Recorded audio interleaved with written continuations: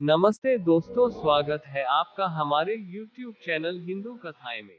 आज हम बात करने वाले हैं श्री केदारनाथ मंदिर के बारे में, तो बने रहे हमारे साथ। हमारे देश में तीर्थ दर्शन करने की बहुत मान्यता है, जो कि प्राचीन समय से अब तक चल रही है। देश में कई तीर्थ स्थान हैं जहां देश के कोने कोने से लोग दर्शन करने आते हैं। उनका मानना है कि इन तीर्थ स्थानों के दर्शन करने से जीवन के सारे पाप नष्ट हो जाते हैं।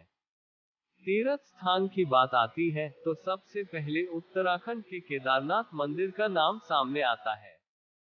तो आइए जानते हैं केदारनाथ मंदिर के बारे में। यह मंदिर भगवान शिव शंकर जी का मंदिर है, जो कि कई साल पुराना है। ये भारत के उत्तराखंड केदारनाथ में मंदाकिनी नदी के पास गढ़वाल हिमालयी सीमा पर स्थित है।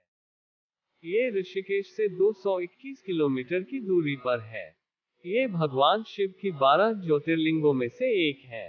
मौसम अच्छा नहीं होने के कारण मंदिर केवल अप्रैल के अंत से नवंबर के बीच तक खुलता है।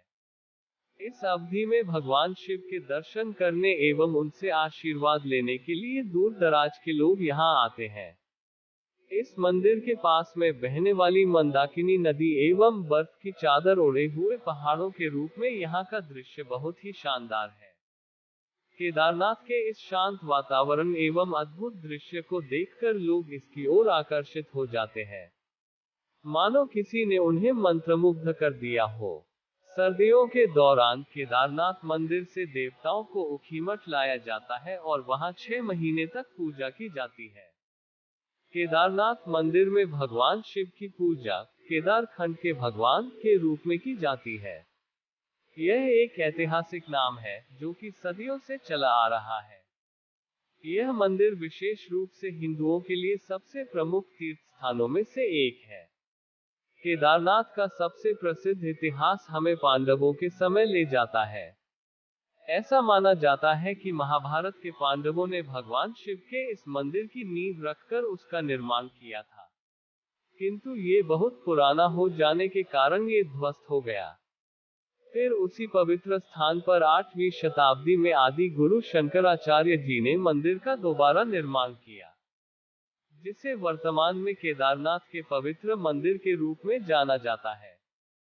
एक बार पांडव कुरुक्षेत्र के प्रसिद्ध युद्ध में अपने भाइयों कौरवों की हत्या करने के बाद भगवान कृष्ण की सलाह पर भगवान शिव से माफी मांगने के लिए गए थे। भगवान शिव उन्हें माफ नहीं करना चाहते थे, इसलिए उन्होंने अपना रूप परिवर्तित कर बैल नंदी का रूप धारण कर लिया और पहाड़ों में छिपे हुए मवेशियों के बीच खुद छिप गए।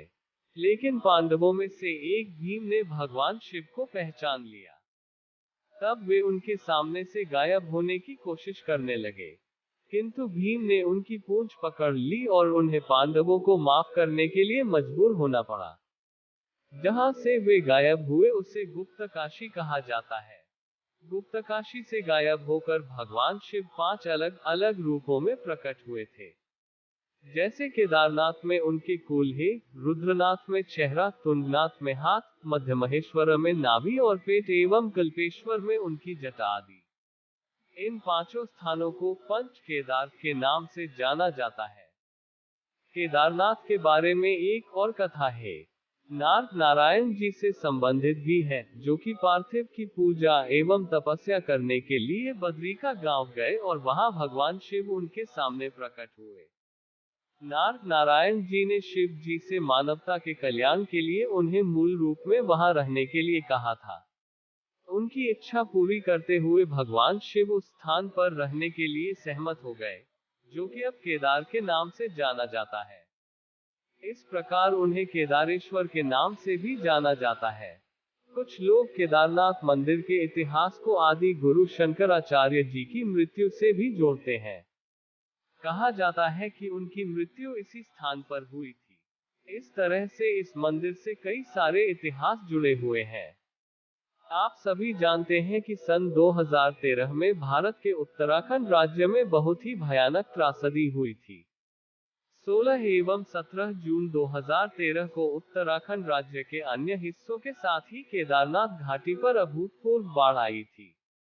दरअसल 16 जून को शाम लगभग 7:30 बजे केदारनाथ मंदिर के पास बहुत तेज गड़गड़ाहट की आवाज के साथ भूस्खलन शुरू हुआ। इस भयंकर गर्जना के बाद मंदाकिनी नदी के नीचे चोराबरी ताल या गांधी ताल में लगभग 8:30 बजे से भारी मात्रा में पानी गिरना शुरू हो गया। 17 जून 2013 को सुबह लगभग 6:40 पर सरस्वती नदी और चोरबारी ताल या गांधी ताल का बहाव बहुत तेजी से बढ़ने लगा, जिससे इसके बहाव में इसके साथ बड़ी मात्रा में चट्टान पत्थर टूटकर बहने लगे। जहां एक तरफ बाढ़ के पानी के सामने जो भी आए, वह उसे अपने साथ बहा ले जा रहा था, वहीं दूसरी तरफ केदारनाथ मंदिर के पीछे एक बड़ी सी चट्टान आकर फंस गई। उस भयंकर बाढ़ से उस चट्टान ने मंदिर की रक्षा की, और बाढ़ के पानी के साथ बहने वाला पूरा मलबा मंदिर के दोनों ओर से बहता रहा। पर मंदिर को कुछ नहीं हुआ। लोगों को तब भी बहुत डर था कि बहता हुआ पानी एवं मलबा मंदिर को भी साथ में बहा ले जाएगा, किंतु ऐसा नहीं हुआ। उत्तराखंड में आई इस बाढ़ में आसपास के अधिकतर क्षेत्र, स्थानीय लोग, दुकानें, होटल एवं तीर्थ यात्रियों की बड़ी संख्या में क्षति हुई। उस समय मानो मौत का सैलाब आया हुआ था। इन सब के बावजूद मंदिर के पीछे फंसी हुई चट्टान ने मंदिर को कुछ नहीं होने दिया। लोगों ने मंदिर के अंदर कई घंटों तक आश्रय लिया। तो दोस्तों, ये थी श्री केदारनाथ मंदिर की कथा।